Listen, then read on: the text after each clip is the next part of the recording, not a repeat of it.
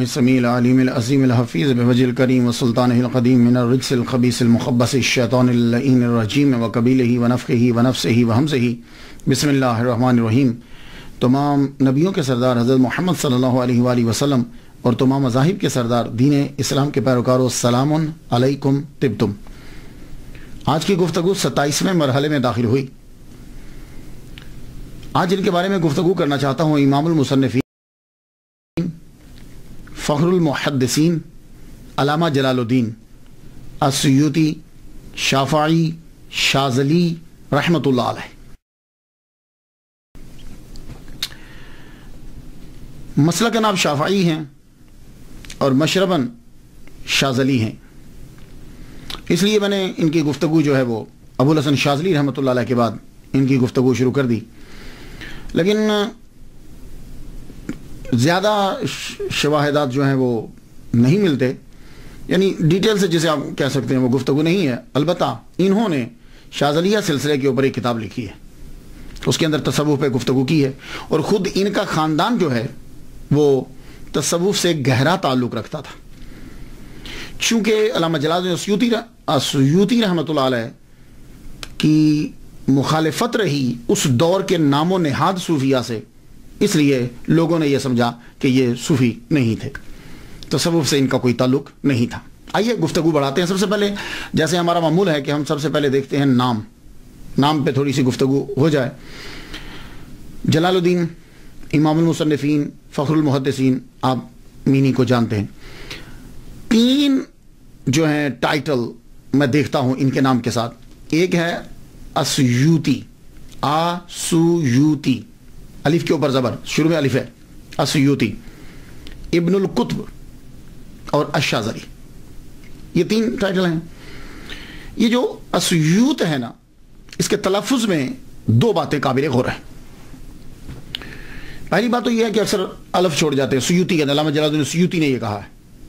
یہ اصل میں آسیوط محافظہ ہے، یعنی جس طرح ہمارے ہاں صوبہ کہتے ہیں یا ضلع کہہ لیتے ہیں، ایسے سمجھ لیجیے، مثال دے رہا ہوں۔ اس طرح ایجپٹ کے اندر یہ محافظہ ہے، یعنی صوبہ سمجھ لیجیے یا ضلع سمجھ لیجیے۔ سیوط آج بھی ہے یہ صوبہ۔ باقی کچھ لوگ سین کے اوپر جو ہیں وہ شد پڑھتے ہیں، السیوطی، یا کے اوپر بھی، لیکن میں نے جب دیکھا کہ ایجپٹ میں جب شہر ہے تو اس کا پروننسیشن کیا ہے، تو وہ کہتے ہیں السیوط، الف کے اوپر زبر، سین کے اوپر پیش، یا کے اوپر پیش، واو ساکن، سیوط۔ تو جب یہ چل رہا ہے تو ٹھیک ہے، باقی خیر آپ کی مرضی ہے۔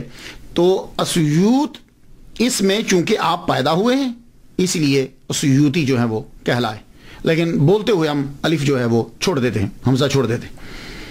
دوسرا، آپ کے نام کے اندر ٹائٹل جو ہے وہ ابن القطب، کتابوں کا بیٹا، کتابوں کا بیٹا، سن آف بکس۔ یہ آپ کو کیوں کہا جاتا ہے؟ اس کی 2 ریزن ہیں۔ پہلا تو یہ سمجھ لیں کہ جب مضاف الیہ جو ہے وہ غیر جنس ہو تو پھر جنس باپ ہوتا ہے نا، غیر جنس تو باپ نہیں ہو سکتا۔ تو جب غیر جنس ہو تو پھر یہ ذہن نشین کر لیجئے کہ اس کا معنی، ابن کا معنی اس وقت سن نہیں کریں گے، پھر یہ ہوگا کہ اس کو سن اس لیے بول دیا جاتا ہے کہ اس کے ساتھ تعلق بڑا گہرا ہوتا ہے۔ جیسے قرآن مجید نے استعمال کیا ہے وابن السبیل، راستے کا بیٹا، تو راستہ ابا تو نہیں ہے، چونکہ وہ گھر سے چلا اور وہ مسلسل سفر کرتا رہا ہے، اور دوران سفر تعلق انسان کا راستے کے ساتھ زیادہ ہوتا ہے، اس لیے اس کو ابن السبیل کہہ دیا۔ سمجھ آ گئی؟ اسی طرح ابن الوقت کہتے ہیں، وقت کا بیٹا۔ اس کو وقت کا بیٹا کیوں کہا جاتا ہے؟ وقت اس کا ابا تو نہیں ہے، لیکن وہ وقت کے ساتھ بڑا تعلق رکھتا ہے، نہ انسانیت کے ساتھ تعلق رکھتا ہے، نہ لا کے ساتھ تعلق رکھتا ہے، وہ وقت کے ساتھ جیسا وقت ہو ویسا وہ بن جاتا ہے، تو کہتے ہیں یہ ابن الوقت ہے، ابن الوقت ہے۔ اسی طریقے سے ابن القطب جو کہا گیا ہے، اس کا مطلب یہ نہیں ہے کہ وہ اب کتابیں باپ بن گئیں اور یہ بیٹا، یعنی ان کا کتابوں سے گہرا تعلق ہے۔ اب کتابوں کے ساتھ امام المصنفین کا جو گہرا تعلق ہے وہ 2 طرح سے ہے۔ ایک تو ان کا کتابوں کے لکھنے کے لحاظ سے بڑا تعلق ہے۔ جمیل بخت نے یہ کہا ہے کہ آپ نے 576 کتب لکھی ہیں، اور ایک انگریز مصنف ہے فلوگل، اس نے یہ کہا ہے کہ آپ نے 561 کتب لکھی ہیں، اور کسی نے کہا ہے کہ 1000 کتابیں لکھی ہیں، اور ایک نے لکھا ہے کہ آپ نے 600 کتابیں لکھی ہیں۔ اس دور کے اندر، اس دور میں 1445 عیسوی میں، یہ آج کل 2013 جا رہی ہے، 1445 کی بات کر رہا ہوں، اس دور کے اندر 849 ہجری کی ہے، اور اب یہ 1434 جا رہی ہے، تو سینکڑوں سالوں کے پہلے کتابیں اتنی لکھنا بہت مشکل تھا۔ آج کے دور میں بڑی آسان ہے، وہ کیا کہ بندے بٹھا لیے جائیں، ان سے کہا جائے چلو بھائی لکھو، لکھنے کے بعد خود چیک کر لیا جائے۔ اس دور میں کتاب خود لکھی جاتی تھی، لوگ لکھتے تھے، اور علامہ جلال الدین السیوطی رحمۃ اللہ علیہ جو ہیں، ان کا تو کوئی شک کر ہی نہیں سکتا، انہوں نے تو کمرے میں بند ہو کر سب کتب لکھی، کیونکہ سارے لوگ جو ہیں وہ تقریباً مخالف تھے، گورنمنٹ بھی ان کی مخالف تھی۔ تو ایک تو یہ ہے کہ آپ کا تعلق کہ آپ نے کتب لکھی بہت زیادہ ہے۔ دوسرا تعلق کیا ہے کتابوں کے ساتھ آپ کا، کہ آپ کو ابن الکتب کیوں کہا جاتا ہے؟ اسے مصری علماء بیان کرتے ہیں۔ میں نے ڈاکٹر علی گوما سے سنا ہے، یہ مصر کے ڈاکٹر ہیں، مقرر بھی بڑے اچھے ہیں، کہنے لگے کہ آپ کو ابن الکتب اس لیے کہا جاتا ہے، کتابوں کا بیٹا، آپ کے والد گرامی بذات خود بہت بڑے عالم تھے، وہ اس یوت کے قاضی بھی رہے ہیں، شاہی امام رہے ہیں، وہ آپ علامہ تھے، صوفی تھے۔ تو آپ ایک اسٹڈی کر رہے تھے، تو گھر کے اندر دوران اسٹڈی آپ نے علامہ جلال الدین السیوطی رحمۃ اللہ علیہ کی والدہ ماجدہ سے یہ کہا کہ وہ فلاں کتاب مجھے پکڑانا۔ وہ بیچاری ان دنوں ذرا بیمار تھی، وہ کتاب لینے کے لیے جب لائبریری میں گئی تو وہیں انہیں درد ذیل ہو گئی۔ تو درد سے جب ہوئی تو اسی جگہ پہ لائبریری کے اندر ہی امام المصنفین علامہ جلال الدین السیوطی شافعی شاذلی رحمۃ اللہ علیہ کی ولادت ہوگی۔ تو اس لیے انہیں کہا جاتا ہے ابن الکتب، کتابوں کا بچہ، یعنی ان کی ولادت لائبریری میں ہوئی۔ تو اصل میں نے آپ کو بتا دیا کہ جب مضاف الیہ جو ہے غیر جنس ہو تو پھر تعلق کی بنا پر اسے ابن کہہ دیا جاتا ہے، تو یہ ابن الکتب ہو گیا۔ شاذلی آپ کا تصوف میں جو آپ کا تعلق ہے، مصر کے اندر اگر آپ جائیں تو دو چیزیں زیادہ ملیں گی اکثریت کے ساتھ، ایک تو شوافع زیادہ ملیں گے، ایجپٹ کے اندر امام شافعی رحمہ اللہ کے پیروکار زیادہ ہے، اور دوسرا تصوف کے اندر شاذلی سلسلے کے پیروکار زیادہ ملیں گے، تو اس لیے آپ کو شاذلی بھی کہا جاتا ہے، اور آپ کے بڑے دوست جو ہیں وہ شاذلی، اور شاذلی سلسلے پہ آپ نے کتاب بھی لکھی۔ اب آ جائیے آپ کے ابتدائی کہ آپ کہاں سے آئے۔ آپ ایرانی النسل ہیں، ہاں، علامہ جلال الدین السیوطی عربی النسل نہیں ہے، ایرانی النسل ہیں۔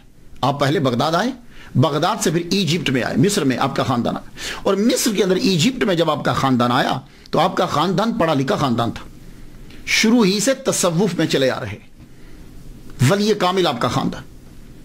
تو جب آپ کا خاندان ایجپٹ میں آیا تو چونکہ صاحب علم ہے، اس لیے وہ گورنمنٹ کے اندر آپ کا خاندان جو ہے وہ ضرور یا تو حاکم رہے کسی نہ کسی شہر کے، یا حاکم کے مشیر رہے، ایون کہ آپ کے والد گرامی جو ہیں وہ بھی اعلیٰ عہدے پر فائز رہے ہیں۔ آپ قاضی تھے اس یوتھ کے، اس دور میں قاضی جو ہوتا تھا اس کی پرسنالٹی اور سٹیٹس جو ہے وہ بہت ہائی ہوتا تھا، جیسے آج کے دور کے اندر کوئی جج ہو یا چیف جسٹس ہو، اور شاید آج کے دور میں چیف جسٹس کا بھی اتنا مرتبہ نہ ہو جتنا اس دور کے اندر پرانے اسلامی دور میں جج کا، قاضی کا جو ہے وہ مرتبہ ہوتا تھا۔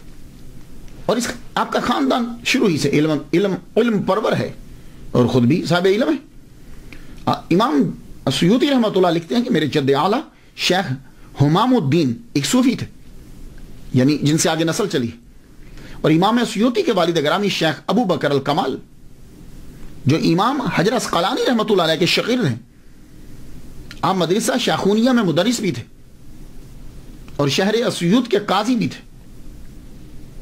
امام السیوطی رحمۃ اللہ کے والد گرامی جب فوت ہوئے تو آپ اس سے اندازہ لگائیے کہ اس دور کا جو خلیفہ ہے قائم بامر اللہ، وہ آپ کے جنازے کے ساتھ چلا، اور امام جلال الدین السیوطی رحمۃ اللہ علیہ کے والد گرامی کے جنازے کو کندھا دیا اور قبرستان تک گیا۔ عام طور پر کیا ہوتا ہے کہ جنازہ پڑھنے کے بعد چھوڑ دیتے، قبرستان تک گیا۔ اس سے اندازہ لگا لیجئے کہ آپ کے والد گرامی جو ہیں وہ کتنے اعلیٰ عہدے پر فائز تھے کہ خلیفہ وقت جو ہے وہ آپ کے جنازے میں شرکت کر رہا ہے. باقی لوگوں کی تو بات ہی چھوڑ دیجئے, جب خلیفہ وقت شامل ہو گیا ہے تو باقی لوگ تو سارے آئے ہوں گے, پوری گورنمنٹ آئی ہوگی.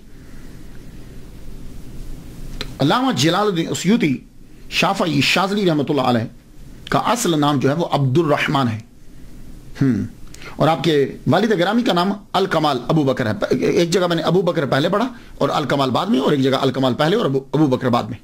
یہ آپ کے والد گرامی کا نام, اور یہ شافعی ہیں. آپ کے والد گرامی بھی شافعی مسلک کے تھے. 855 ہجری کو سفر بروز سوموار ان کا انتقال ہوا.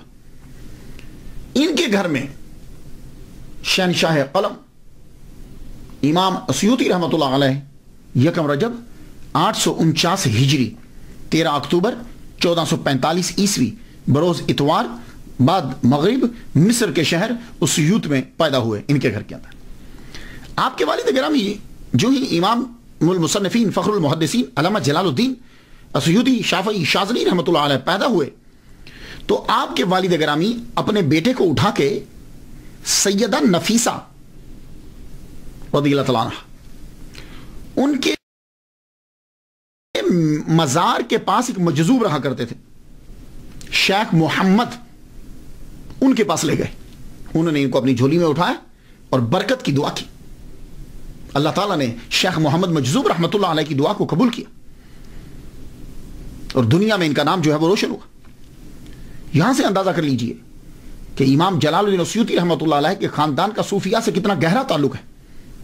ہاں, ہم لوگ جو ہیں وہ تصوف کسی اور چیز کو سمجھتے ہیں. تصوف یہ ہوتا ہے. یہ مثالیں ذہن میں رکھیے.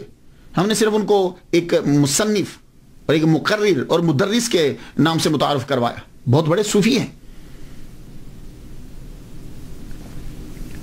والد جب آپ کی عمر 5 سال کی ہوتی ہے تو والد کا انتقال ہو گیا.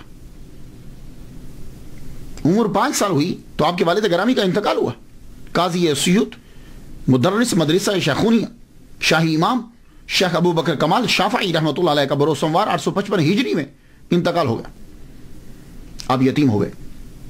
آپ کی پرورش آپ کے والد کے دوست صوفی شیخ شہاب الدین کے سپرد ہوئی. اور ایک بات یاد رکھیے گا, بلوغت سے پہلے یتیمی ہوتی ہے. ہاں, بلوغت کے بعد یتیمی نہیں ہے. ہاں, بچہ بالغ ہونے سے پہلے جو ہے اسے یتیم کہیں گے. اس طرح تو پھر بندہ ساری زندگی یتیم رہے گا. نہیں, بلوغت کے بعد وہ چیز اب ختم ہو گئی. اور انسانوں کے اندر یتیم ہوتا ہے جس کا والد فوت ہو جائے. جانوروں میں یتیم وہ ہوتا ہے جس کی ماں فوت ہو جائے.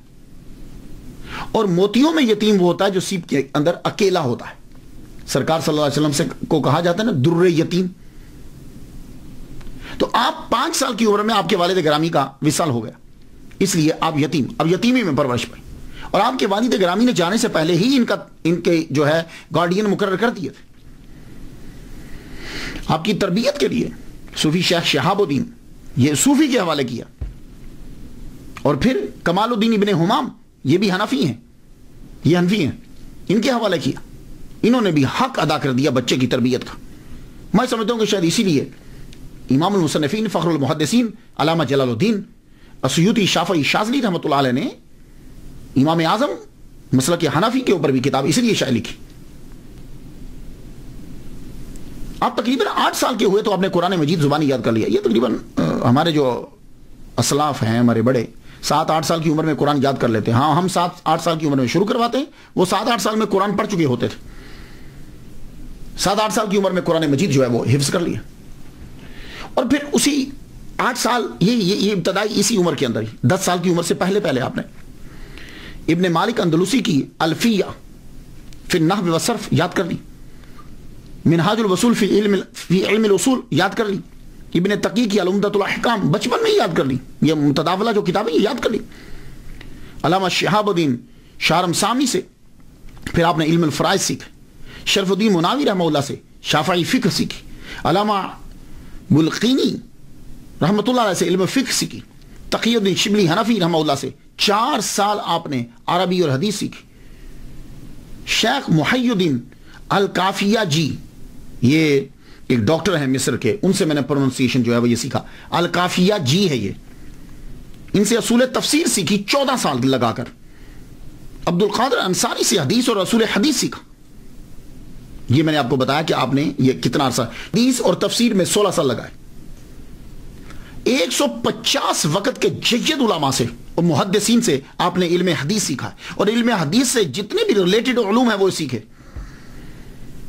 تو کتابوں میں لکھا کہ 17 سال کی عمر کے اندر آپ نے تمام مروجہ علوم جو ہیں وہ سیکھ دیے 17 سال کی عمر میں، اور 17 سال کی عمر میں ہی آپ کو تدریس کے مقام پہ مدرس کی سیٹ پہ بٹھا دیا. اس کے بعد جب پڑھ لیتے ہیں تو پڑھنے کے بعد سیر و سیاحت کے لیے آپ نے کہا کہ میں ذرا حج کرنا چاہتا ہوں. تو علامہ بلقینی رحمۃ اللہ، اس کا پروننسی بلقینی ہے، علامہ بلقینی رحمۃ اللہ علیہ خاص نظر کرم فرماتے تھے آپ کے اوپر. آپ ذرا کچھ سیر و سیاحت کے لیے نکلے. پہلے تو آپ نے مصر کے جو شہر تھے وہ آپ نے دیکھے، اس کے بعد حج کے لیے نکلے مکہ مدینہ. مکہ جب آپ حج کر رہے تھے، حج کرتے ہوئے آپ نے وہاں دعا مانگی.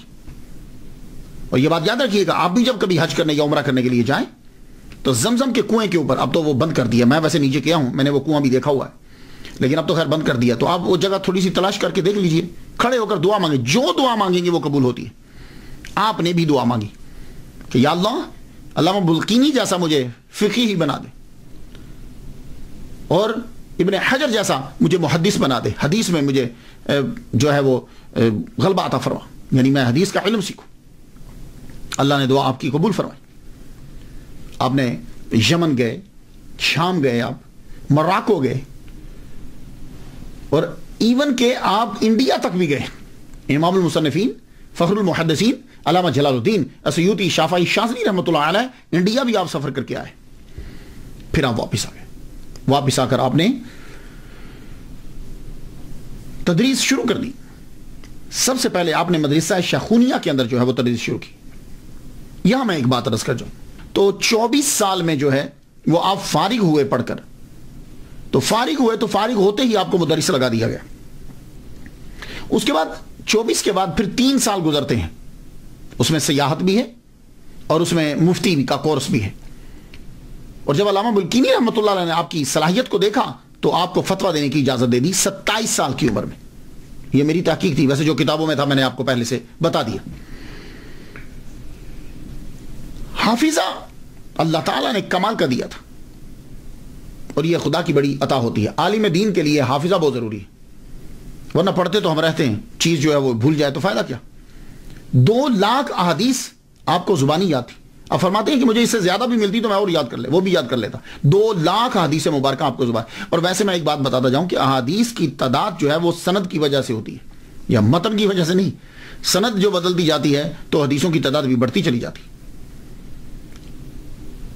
علامہ محمد حسین الذہبی رحمۃ اللہ علیہ فرماتے ہیں کہ وہ بیک وقت امام المصنفین فخر المحدثین علامہ جلال الدین بیک وقت محدث، فقیہ، مفتی، ادیب، مورخ، نحوی، اور اس کے ساتھ ساتھ مقام اجتہاد اور مرتبہ تجدید پر فائز تھے. اور آپ کی پہلی تحریر جو ہے وہ تعوذ اور تسمیہ، یعنی اعوذ باللہ من الشیطان الرجیم کے اوپر اور بسم اللہ الرحمن الرحیم کے اوپر ہے آپ کی کتابیں پہلے. ویسے اکثر دیکھا ہے میں نے کہ جو بھی لکھنا شروع کرتے ہیں وہ پہلے انہی کے اوپر لکھتے ہیں. میں نے 12 کتابیں میں نے لکھی ہیں، ابھی بھی سلسلہ جاری ہے. میں نے بھی پہلی کتاب جو لکھی بسم اللہ اور ہماری زندگی ہے. اور میں جب امریکہ آیا 2000 کے اندر تو یہاں خطیب لگا آ کر میں ہیوسٹن میں، تو میں لائبریری کو ایک دن دیکھ رہا تھا تو مجھے لائبریری کے اندر وہ کتاب مل گئی بسم اللہ اور ہماری زندگی. اور میری ایک اور کتاب ہے امریکی سکالر کے 4 سوالوں کے جواب. وہ میرے آنے سے پہلے یہاں امریکہ یہاں مسجد کی لائبریری میں تھی، تو میں دیکھ کر بڑا خوش ہوا. حاضر رحمت تو میرا بھی اللہ تعالیٰ کی. تو تعوذ اور تسمیہ جو ہے یہ آپ نے پہلے لکھی، تو اللہ تعالیٰ نے آپ کی دعا کو جو ہے وہ قبول فرما لیا جو آپ نے زمزم کے اوپر دعا مانگی تھی. اللہ اکبر جل شان. اور جب تک آپ تدریس کرتے رہے تحریر کم رہی. ہاں، جب تک آپ پڑھاتے رہے ہیں تب تک تحریر کم ہے. آپ کے پہلے 40 سالہ دور کے اندر تحریر آپ کی بڑی کم ہے. تقریر ہے، تدریس ہے، تحریر کم ہے. یہ جتنی بھی آپ کی تحریر تصنیف ہے یہ آپ کی 40 سال کے بعد کے دور کے اندر بڑی تیزی کے ساتھ جو ہے وہ بڑی. اللہ تعالیٰ نے آپ کو لکھنے کی بڑی صلاحیت عطا فرمائی. اور آپ کہہ سکتے ہیں کہ یہ کرامت ہے. اور میں بھی علامہ جلال السیوطی رحمۃ اللہ علیہ اور اولیاء کرام کی جو کتابیں لکھی ہیں ان کو ان کی کرامات میں تسلیم کرتا ہوں میں، اور یہ ان کی سب سے بڑی کرامتیں ہیں، یہ بات یاد رکھیے۔ یہ جو ان کی کتاب ہوتی ہے یہ لیکن ہمارے ہاں کیا ہوتا ہے کہ ہمارے ہاں جو مصنف ہو یا جو تقریریں کرتا ہو اسے لوگ کم ہی ولی مانتے ہیں، یا اسے ولی نہیں مانیں گے۔ ہمارے ہاں کوئی ایک علیحدہ سا ہمارا ایک تصور ہے، تحریر کے اندر اور تدریس کے اندر، تقریر کے اندر مشغول ہو جاتا ہے، ہم اسے اس طرح کا ولی کامل نہیں مانتے۔ حالانکہ میرا وجدان یہ کہتا ہے کہ جو کتاب ہے یہ وہ دکھائی ہوئی کرامت سے زیادہ بڑی ہوتی۔ داتا گنج بخش علی حجویری رحمۃ اللہ علیہ، آپ نے خانہ کعبہ لوگوں کو دکھا دیا تھا، لیکن میں ان کی کتاب کشف المحجوب کو اس کرامت سے بڑی کرامت مانتا ہوں، کیونکہ جن لوگوں نے خانہ کعبہ دیکھا تھا وہ تب کے تھے۔ آج کے جو ہیں وہ اتنا فائدہ اس بات سے نہیں اٹھا رہے جتنا فائدہ وہ کشف المحجوب سے اٹھا رہے۔ میں جس لحاظ سے بات کر رہا ہوں، مخالفت کرنے والے تو بیان عجیب طریقے سے کریں گے، لیکن میرے نزدیک ولی کامل کی لکھی ہوئی کتاب جو ہے وہ اس کی سب سے بڑی کرامت ہوتی۔ اب لوگوں کی ذہنیت کا اندازہ آپ اس بات سے لگا لیجئے، پیر میر علی شاہ صاحب بڑے زبردست بزرگ ہیں۔ پیر میر علی شاہ صاحب نے مرزائیوں کا ناطقہ بند کر کے رکھ دی، آپ نے کتابیں لکھنا شروع کر دی، تو لوگوں نے جا کے خواجہ اللہ بخش توسوی رحمۃ اللہ علیہ کو جا کے شکایت لگا دی کہ پیر صاحب گولڑا شریف جو ہیں مولویوں کی طرح قادیانیوں سے الجھ پڑے ہیں، صوفیاء کو مناظروں سے کیا کام؟ سن رہے ہیں آپ کہ یعنی پیر میر علی شاہ صاحب کی جا کے شکایت لگائی کہ صوفیوں کا کیا کام ہے مناظرے کرنا اور کتابیں لکھنا۔ لو، یہ ہے ایک کانسیپٹ، میں اس پس منظر میں بات کر رہا ہوں۔ تو پیر میر علی شاہ رحمۃ اللہ علیہ کو توسا شریف جانا پڑا، شدید گرمی کے اندر آپ تشریف لے کر گئے۔ جولائی کا مہینہ تھا، جولائی کے مہینے میں شدید گرمی میں آپ توسا شریف گئے پیر میر علی شاہ صاحب۔ آپ جب وہاں پہنچے تو جا کر خود بتلایا، اب آپ وہ جملے میں آپ کی نظر کرتا ہوں، سن لیجیے۔ دوران گفتگو عرض کیا، حضور میں مناظرہ کرنے میں معذور ہوں حضور، جس طرح مرزائی دلائل دیتے ہیں، اگر کوئی صاحب علم تردید کر سکے تو مجھے مناظرہ کرنے کی ضرورت ہی نہیں۔ اگر مسلمان ہی نہ رہیں گے، اب یہ جملہ سننا پیر میر علی شاہ صاحب نے کیا کہا، اگر مسلمان ہی نہ رہیں گے تو صوفیاء کرام تصوف کی تعلیم کسے دیں گے؟ تو تقریر اور کتاب بہت ضروری ہے۔ اس لیے میں ولی کامل کی کرامات میں سے سب سے بڑی کرامت ان کی تقریر کو اور ان کی تحریر کو سمجھتا ہوں۔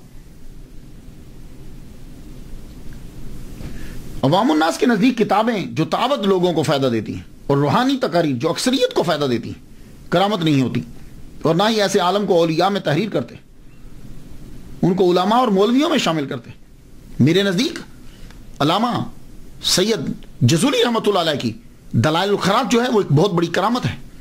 میرے نزدیک امام بصیری شاذلی رحمۃ اللہ علیہ کا قصیدہ بردہ ایک بہت بڑی کرامت ہے۔ میرے نزدیک علامہ ابو الحسن شاذلی رحمۃ اللہ علیہ کا حزب البار ایک بہت بڑی کرامت ہے۔ میرے نزدیک امام جلال الدین السیوطی رحمۃ اللہ علیہ کی الاتقان اور آپ کی دوسری کتب یہ بہت بڑی کرامت ہے۔ میرے نزدیک پیر میر علی شاہ صاحب کی کتب بہت بڑی کرامت ہے۔ میرے نزدیک پیر کرم شاہ صاحب کی لکھا ہوا قرآن مجید کا ترجمہ بہت بڑی کرامت ہے۔ میرے نزدیک تفسیر نعیمی مفتی احمد یار خان نعیمی رحمۃ اللہ علیہ، ان کی یہ کتاب تفسیر نعیمی بہت بڑی ان کی کرامت ہے، یہ بات یاد رکھیے گا۔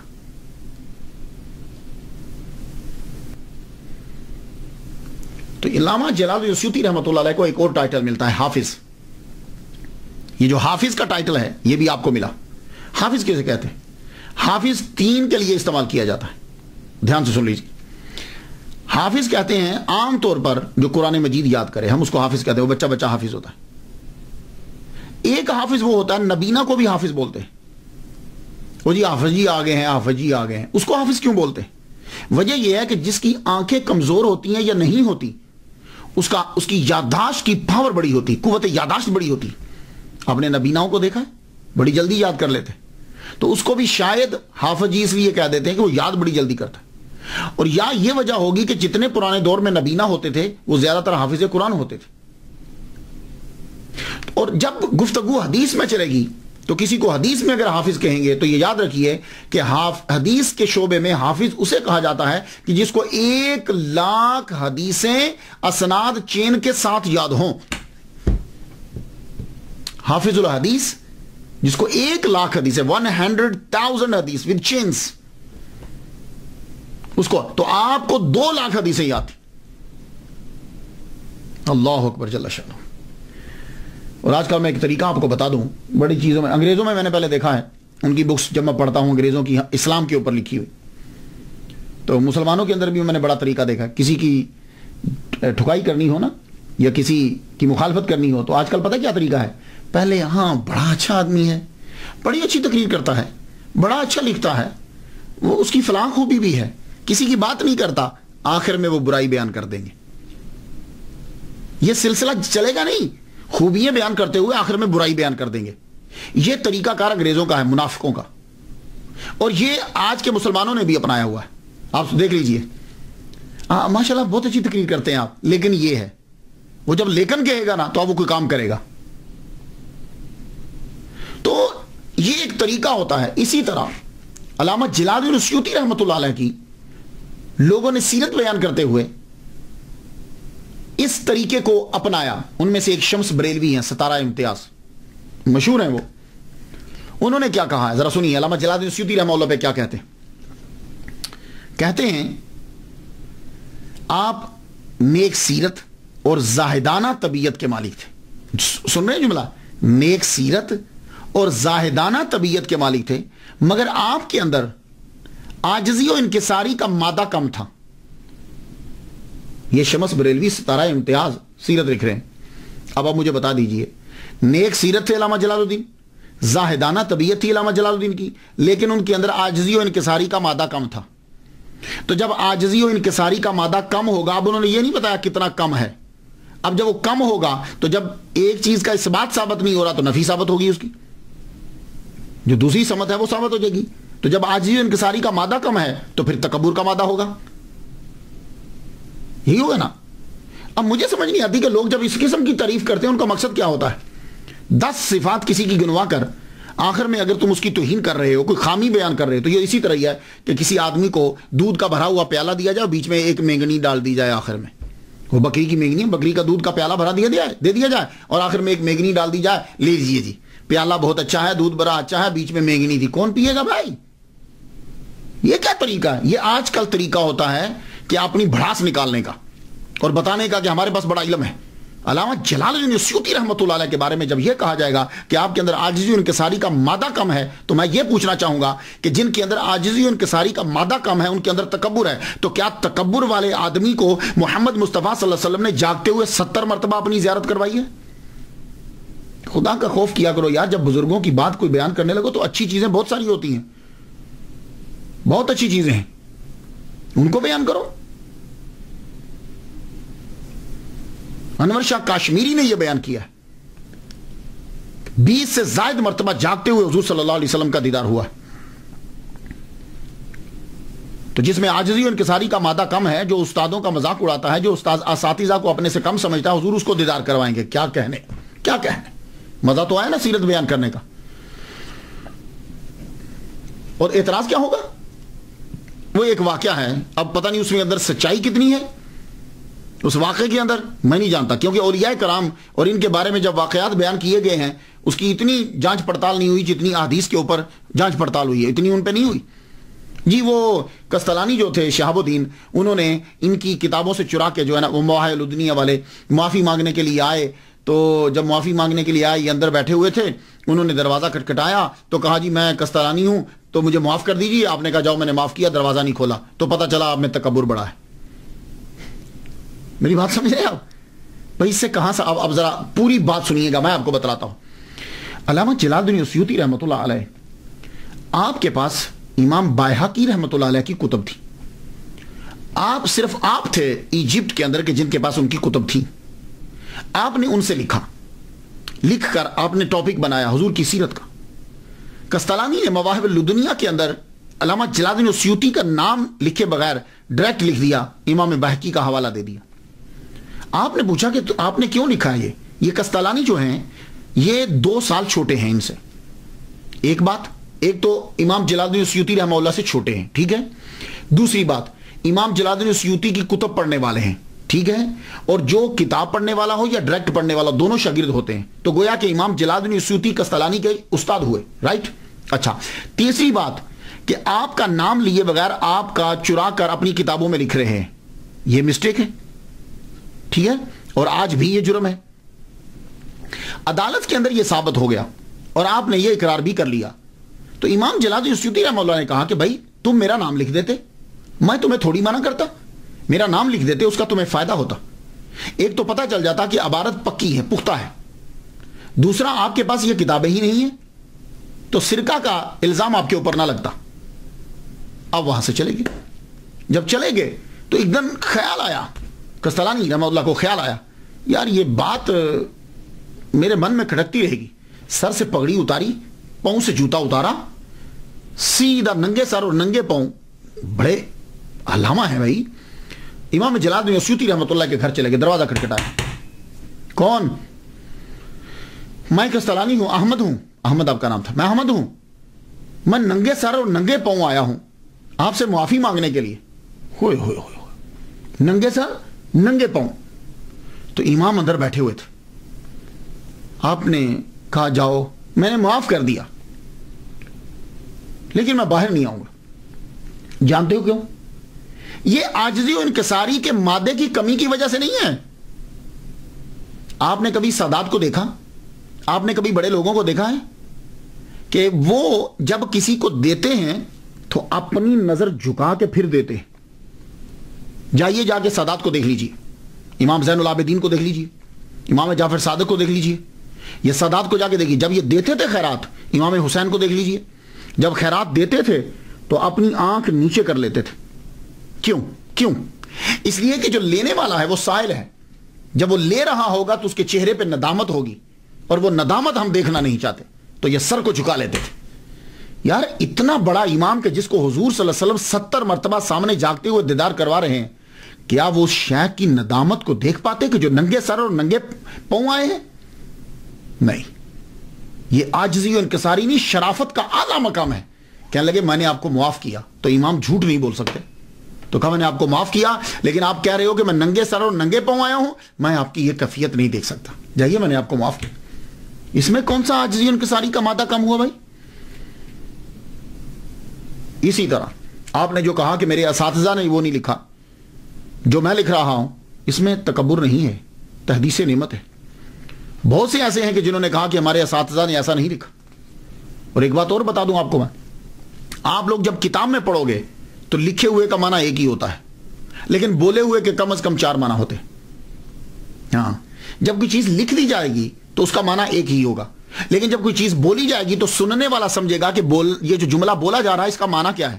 جیسے میں اگر کہوں تم جا رہے ہو، اب اس کے 4 معنی ہیں. تم جا رہے ہو، یہ 4 معنی بنیں گے. تم جا رہے ہو، کوشچن. تم جا رہے ہو، خبر. تم جا رہے ہو، آرڈر. تم جا رہے ہو، تنزیہ.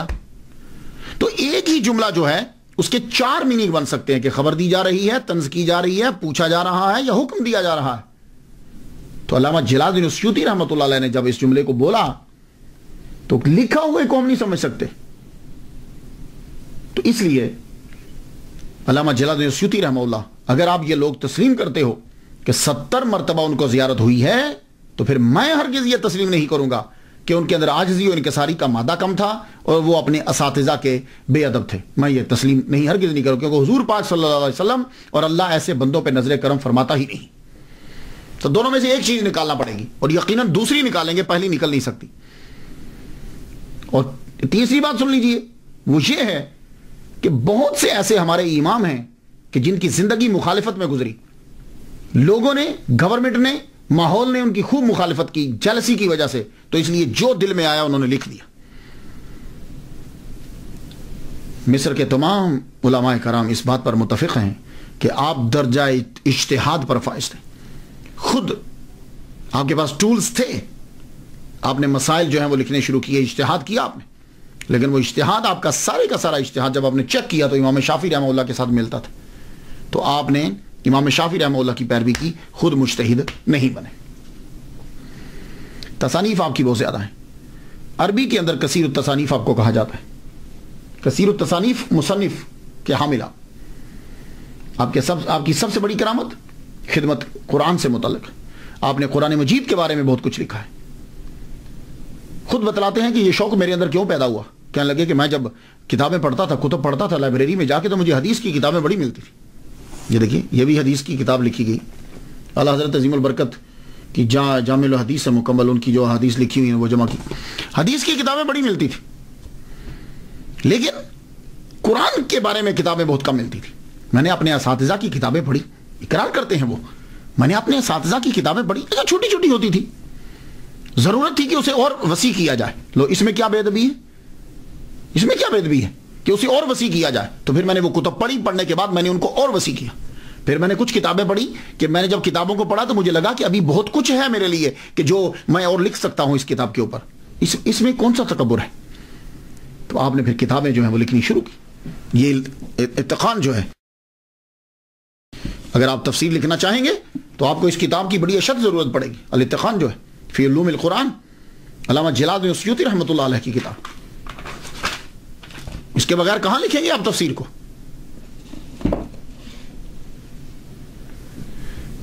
تفسیر جلالین زبردست, یہ آپ کی بہت بڑی کرامت ہے.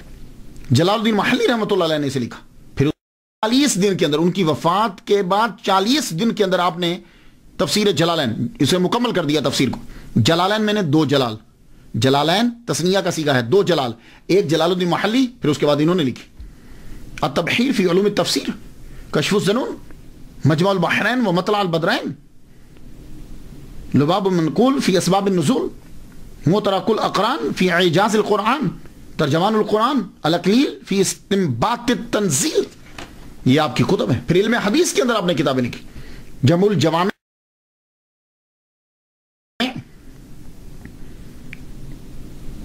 اظہر المتناصرہ فی الاحادیث المتواترہ. اس میں آپ 100 حدیث ایسی جمع کی ہیں کہ جن کو حضور صلی اللہ علیہ وسلم کے 10 صحابہ نے تواتر کے ساتھ بیان کیا. شارح بھی آپ غضب کے تھے. مسلم شریف چھوڑ کر بخاری, ترمذی, نسائی, ابن ماجہ, موطا, اس کی شروعات آپ نے لکھی. اور حضور صلی اللہ علیہ وسلم سے عشق بھی آپ کو کمال درجے کا تھا. اور یہ عشق کا نتیجہ ہے کہ سرکار نے آپ کو دیدار کروایا. اور اس عشق کی مثال آپ نے کیا دی, اس کا اظہار کس طرح کیا کہ حضور صلی اللہ علیہ وآلہ وسلم کے ماں باپ کے اوپر اعتراضات آج تک ہوتے ہیں. حضور صلی اللہ علیہ وسلم کے ماں باپ, حضور کی والدہ ماجدہ کی قبر بالکل مسمار کر دی گئی. اس کے اوپر کبھی روڑی پھینک دیتے ہیں, کبھی اس کو بالکل مٹا دیتے ہیں. آپ نے 6 رسالے حضور صلی اللہ علیہ وسلم کے ماں باپ کے ایمان پر لکھے. اللہ اکبر, یہ ہے عشق. اور میرا وجدان یہ کہتا ہے کہ جتنا آپ نے لکھا ہے آپ ہی ہیں جنہوں نے لکھا ہے. حضور صلی اللہ علیہ وسلم کی والدہ ماجدہ کے اوپر بہت کم لکھا گیا. 1993 کے اندر میں نے عرس آمنہ, ایسے ہی کوئی اشارہ یا القاء ہوا 10 اپریل کا, مجھے 1993 سے میں نے شروع کیا حضرت آمنہ رضی اللہ تعالی عنہا کا عرس. اور آج بھی, یہ آج 10 اپریل ہے, 10 اپریل کو پاکستان کے اندر کئی جگہ پہ عرس جو ہے وہ ہو چکا ہے. میں نے اس کی پیر محل میں 1 کروڑ مرتبہ, 1 کروڑ مرتبہ, بہت بڑا مدرسہ ہے, 1 کروڑ مرتبہ سارا سال پڑھتے رہتے ہیں درود شریف سرکار کی والدہ ماجدہ کے لیے پڑھا گیا. اسی طرح گجرات کے اندر بھی ہوا ہے. علامہ حنیف جلال پوری صاحب نے جو ہے وہ بہت بڑا عرس کیا. میرے والد گرامی کے مزار پر جو ہے سید طالب حسین شاہ رحمۃ اللہ علیہ, ان کے مزار پر جو بہت بڑا کل جلسہ ہوا ہے. تو اب یہ آہستہ آہستہ یہ پھیلتا جا رہا ہے. میرے والد گرامی کے مزار پر تو یہ درود شریف میں نے خود لکھوایا. لکھو اللہم صلی علی سیدنا محمد و آباء محمد و آل محمد و صحاب محمد و بارک وسلم. میں نے کتاب جب لکھی, میں نے پڑھا ان کو, پھر اس کے بعد میں نے ایک کتاب لکھی, کتاب کا نام ماں ہے, وہ اس کو میں ڈیڈیکیٹ جو ہے وہ میں نے کیا سرکار کی والدہ محترمہ کو. اور میں نے الحاوی للفتاوی علامہ جلال الدین السیوطی رحمۃ اللہ علیہ, اس کے اندر ایک حدیث مبارکہ لکھی ہے کہ حضور فرماتے ہیں کہ میں عشاء کی نماز پڑھ رہا ہوں اور میں فاتحہ پڑھ چکا ہوں, میری والدہ مجھے آواز دیتی تو میں فاتحہ روک کے, نماز روک کے پہلے ماں کی بات سنتا, پھر میں آ کے نماز پڑھتا. تو میں نے اس سے لکھا کہ حضور کتنا ادب کرتے ہیں کہ حضور کے لیے ان کی والدہ, اللہ کے بعد ان کی والدہ ان کے لیے درجہ رکھتی. تو ایک مولوی نے میرے خلاف کتاب لکھ دی, کفر کا فتویٰ دے دیا, کتاب لکھ دی, ایک بندے کو بھیج دیا مجھے قتل کرنے کے لیے بھی. تو بعد میں کیا ہوا کچھ ہی عرصہ کے بعد وہ مولوی جا رہا ہے، کالے کتے نے اس پر حملہ کیا اور وہ شخص جوانی کے اندر ہی مر گیا۔ اور جن جن لوگوں نے سرکار کی والدہ محترمہ کا احترام کیا اور دن منایا، اللہ تعالیٰ نے ان کو نوازا۔ امام جلال الدین السیوطی رحمۃ اللہ علیہ زندہ مثال ہے آپ کے سامنے، 70 مرتبہ حضور صلی اللہ علیہ وسلم نے ان کو دیدار کروایا ہے۔ کیوں؟ انہوں نے حضور صلی اللہ علیہ وسلم کی والدہ محترمہ اور حضور کے والد گرامی کے لیے کتابیں لکھی ہیں کہ وہ مومن تھے۔ میرے ایک دوست ہیں، بڑا عرصہ بیچارے باہر آنا چاہتے تھے، نہیں آوے، 2 سال انہوں نے سرکار کی والدہ محترمہ کا عرس کیا، تیسرے سال وہ باہر تھے۔ اسی طرح ایک اور صاحب ہیں، بلڈنگز انہوں نے بنانی تھی مدرسے کی، میں نے ان سے کہا کہ آپ کیجئے۔ پچھلے سال انہوں نے، اس سے پہلے سال انہوں نے عرس کیا، اس سال 2 منزلہ بن چکی، معلوم ہی کیسے ہو گیا۔ تو آپ بھی 10 اپریل کو سرکار صلی اللہ علیہ وسلم کی والدہ محترمہ کے لیے ضروری رسالہ ثواب کیا کریں۔ میں تو ہر سال، یہ میں تحدیث نعمت کے لیے بتا رہا ہوں، ہزار رحمت تو میرے بھی، ہر سال سرکار کی والدہ کے نام کی ایک قربانی جو ہے وہ عید الاضحیٰ پہ میں کرتا ہوں۔ اگر سرکار کی والدہ مسلمان نہیں ہے نا تو دنیا میں کوئی مائی کا لال مسلمان نہیں ہے۔ مخدومہ کائنات، ماؤں کی جائے پناہ حضرت آمینہ رضی اللہ تعالیٰ عنہ۔ تو اس لیے آپ لوگ جو ہو وہ ضرور احترام کیجیے، پھر دیکھیے کتنی برکتیں اور رحمتیں نازل ہوتی۔ محمد صلی اللہ علیہ وسلم کو اپنی والدہ سے بڑا پیار ہے۔ تو حضرت آمینہ رضی اللہ تعالیٰ عنہ، ان کے بارے میں کتب جو ہیں وہ انہوں نے لکھی۔ امام المصنفین علامہ جلال الدین السیوطی رحمۃ اللہ علیہ تعصب سے پاک۔ ہوتا کیا ہے کہ تعصب جو ہے یہ بڑھتا رہتا ہے جیلسی کی وجہ سے، لیکن آپ خود شافعی ہیں، لیکن امام اعظم نعمان بن ثابت رحمۃ اللہ علیہ پر بھی آپ نے کتاب لکھی، ان کی شان میں بھی۔ اسی طرح امام اعظم نعمان بن ثابت رحمۃ اللہ علیہ کے دوست امام مالک رحمۃ اللہ علیہ، مالکی فقہ کے جو بانی ہیں، ان کی شان میں بھی انہوں نے کتاب لکھی۔ تو تعصب سے بالکل جو ہے وہ ٹوٹلی پاک۔ میرے سامنے تقریباً لسٹ جو اندر پڑی، میں جو اسٹڈی کر رہا تھا تقریباً 200 کتب ہیں، لیکن میں کتابوں کے اوپر گفتگو کرنا شروع کر دوں گا تو آپ کے لیے تو خیر اتنا، ہاں کوئی اسٹوڈنٹ آپ میں ہو تو پھر اس کے لیے ہے کہ وہ جا کے تلاش کر سکتا ہے، اس کو خیر مل بھی جائیں گی۔ تفسیر، تقریر، تدریس، حدیث، قرآن، ایمان، جسم و جان، جن و انسان، کوئی ایسا ٹاپک نہیں جس کو اس ہستی نے ٹچ نہ کیا ہو۔ ہر آدمی کو کسی نہ کسی طرح۔ واعظین ہے، انیس الجلیس بہترین کتاب ہے۔ تصوف کے اوپر شاذلیہ طریقہ کی بڑی تفسیر کی آپ نے۔ دنیا میں جب کوئی آتا ہے تو آخر اسے جانا بھی ہوتا ہے۔ امام المصنفین فخر المحدثین علامہ جلال الدین السیوطی شافعی شاذلی رحمۃ اللہ علیہ۔ آپ کو بیبرس خانقاہ جو ہے، مسجد جو ہے اس کے ساتھ خانقاہ تھی بیبروسیہ، اس کی خانقاہ کا منتظم اعلیٰ بنا دیا گیا، ہیڈ بنا دیا گیا۔ تو وہ خانقاہ آپ سمجھتے ہیں نا، خانقاہ میں زیادہ صوفیہ کرام رہتے ہیں۔ آپ جب گئے تو آپ نے صوفیہ کو دیکھا، صوفی تو آپ بھی تھے، دیکھا اتنا خرچہ، ماہانہ وظیفے اعلیٰ، سب کو اکٹھا کر کے کہا دیکھو تم لوگ خود کو صوفیہ کہلواتے ہو، خرچے تمہارے عمراء جتنے ہیں۔ دیکھو صوفیہ کے اندر اور تصوف کے اندر ہم نے بھی پڑھا ہے، تصوف کے اندر اس طرح کی عیاشی نہیں ہوتی۔ صوفیہ کرام تو توکل اسی چیز میں رہتے ہیں، اور تم لوگوں کے اتنے ماہانہ وظائف اور اتنی تنہائیں، آپ نے ان کے ماہانہ وظائف کم کر دیے، خرچہ کم کر دیا۔ اس کا نتیجہ کیا نکلا؟ خانقاہ کے سارے صوفیہ جو اندر رہتے تھے نام و نہاد وہ سب آپ کے دشمن ہو گئے، اور آپ کے والد گرامی کا ایک دوست تھا وہ سب سے بڑا آپ کا دشمن ہوا،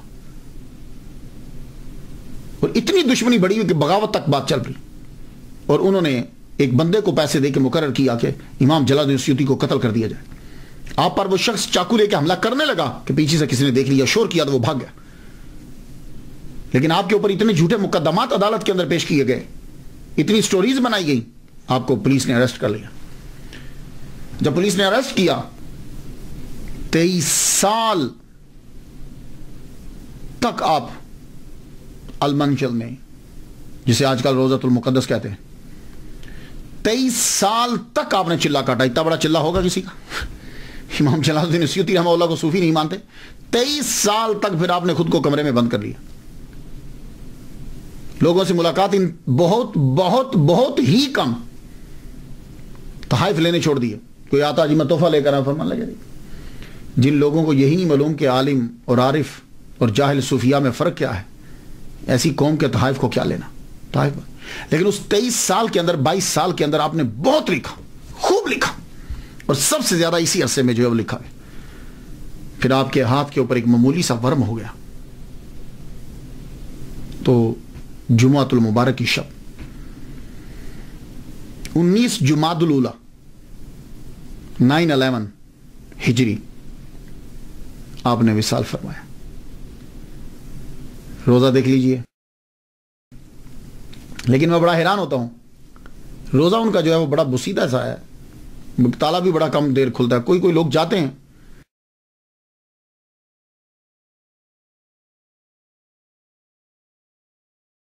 یہ اسٹوڈنٹس جو ہیں یہ ملیشیا سے پہنچے، بہت کم.